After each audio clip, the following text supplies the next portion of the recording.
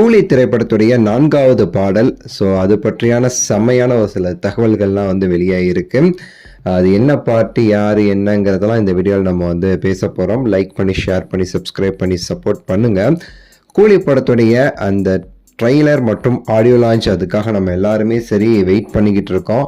So இது வந்து release ஆனதுக்கப்புறம் மிகப்பெரிய ஒரு ஹைப் இந்த படத்துக்கு கொடுக்குங்கிறதுல மாற்று கருத்து கிடையாமல் இருக்குங்க. ஆக்சுவலாக பார்த்தீங்கன்னா, சிக்குடுன்னு சொல்லிட்டு ஒரு பாட்டு Monica and power house ultimate Hukum ரெக்கார்டை வந்து பீட் பண்ணி அந்தளவுக்கு வந்து பெரிய அளவுக்கு வந்து பவர் ஹவுஸ் வந்து கலக்கிட்டு இருக்கு.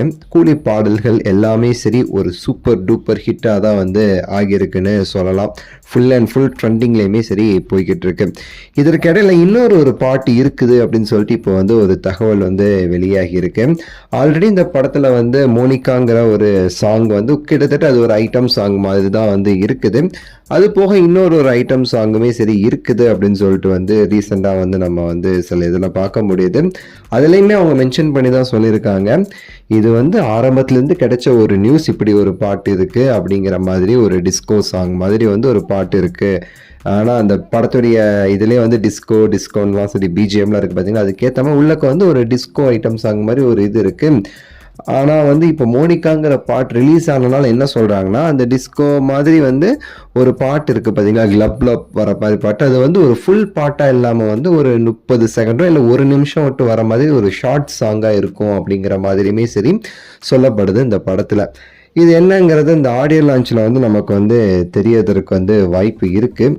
அதில் தெரியும், பார்ப்போம், பொறுத்திருந்து பார்ப்போம். அனிருத் அவர்கள் பாடுறாரா இல்லை அப்படியே அதை வந்து படத்தில் வந்து காமிச்சிக்கலாம், படத்தில் பார்த்துக்கட்டும் அப்படின்னு சொல்லிட்டு வந்து விடுறாங்களா அப்படிங்கிறத நம்ம வந்து பொறுத்து இருந்து தான் பார்க்க வேண்டியது இருக்குங்க.